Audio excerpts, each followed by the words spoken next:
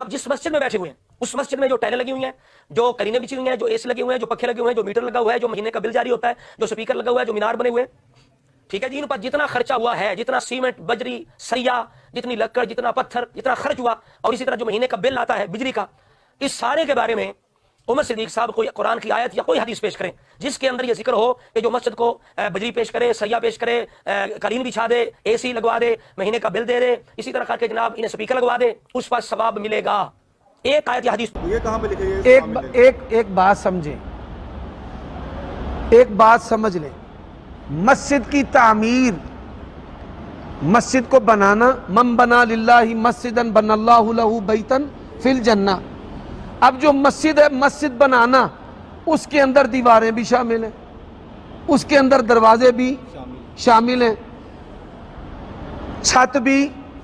بولتے جائیں بھائی، شامل ہیں،